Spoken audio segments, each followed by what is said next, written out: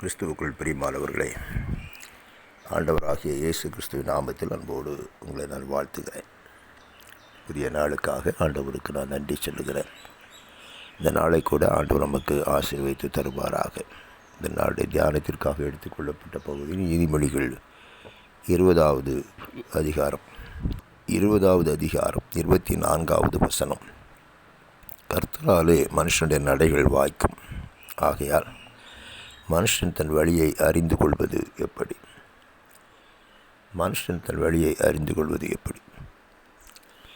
இன்றைக்கு அநேகர் தாங்கள் போகிற பாதை இன்னதென்று தெரியாமல் போய்கொண்டிருக்கிறார்கள். காரணம், பாதை எதுன்னு தெரியல. சிலர் தவறான பாதையை தெரிந்து கொள்ளுகிறார்கள். அந்த முடிவு பரிதாபம். ஆண்டவருடைய அந்த வழியை கண்டுபிடிக்கிறார்கள், அவர்கள் பாக்கியவான்கள். அவருடைய வழியை கண்டுபிடிக்கிறவர்கள் சரியான பாதையில் போகிறார்கள். பரிசுத்த வேதாகமம் 2 காரியத்தை சொல்லுகிறத பார்க்கலாம். ஒன்று, யோவான் எழுதின சுவிசேஷம் 14வது அதிகாரம் 6வது வசனம் சொல்லுகிறது. இயேசு கிறிஸ்து சொல்லுகிறார், நானே வழி. உங்களுக்கு வழி நான் தான். என் வழியாய் ஒருவன் நடந்து போக வேண்டும் என்று சொல்லுகிறார். என் வழியாய் ஒருவன் நடந்து போக வேண்டும், என்னோடு கூட நடந்து போக வேண்டும். இது ஆண்டவருடைய விருப்பம். யோவான் 8:12 சொல்கிறாரு, ஒருவன் என்னை பின்பற்றினால் அவன் ஜீவ ஒளியை அடைந்திருப்பான் என்று சொல்லுகிறார்.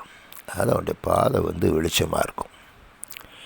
அவர் பின்பற்றுகிறவன் ஜீவ ஒளியை அடைந்திருப்பான் என்று எழுதுகிறார். அன்பானவர்களே, இயேசு கிறிஸ்துவை, அவருடைய சத்தியத்தை, அவரை அறிந்து கொள்வது, அதுதான் அவருடைய பாதைகளை அறிந்து கொள்வது. அவர் அவனுக்கு வழியாக இருந்து, வழிக்கு துணையாக இருந்து அவனை அவர் நடத்துவார் என்று சொல்லி பார்க்கிறோம். இன்னொரு வசனத்தை கூட பார்க்குறோம். சங்கீதம் 109, 105.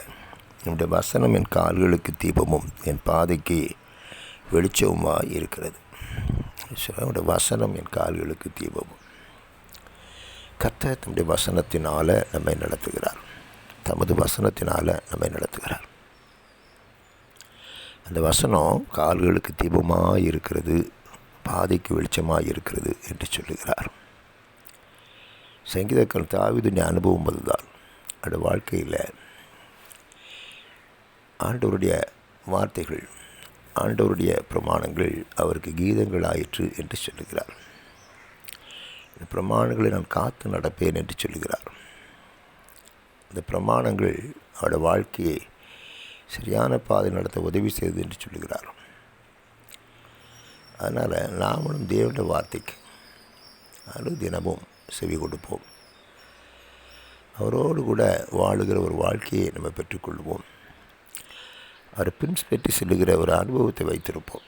நாம ஒரு வழிகளை தெரிந்து கொள்ளாதபடி, அல்லது நமக்கு தெரிந்த ஒரு பாதைக்குள்ளாக கடந்து போகாதபடி, கர்த்தர் நமக்கு காண்பிக்கிற அந்த பாதையில், கர்த்தர் தருகிற வெளிச்சத்தில் நம்ம நடந்து போவோம். நம்முடைய கால்கள் இடராது. ஒரு நாள் நம்முடைய கால்கள் தவறான பாதையில் போகாது. கர்த்தர் நம்மை சரியான பாதையில் நடத்துவார். அது ஜீவ பாதையாக இருக்கும், ஜீவ வழியாக இருக்கும். வாழ்க்கைக்கு அது ஜீவனை தரும், அது ஆசீர்வாதத்தை தரும். அவருடைய கிருபைகளை கர்த்தர் நமக்கு தருவாராக. ஆமென்.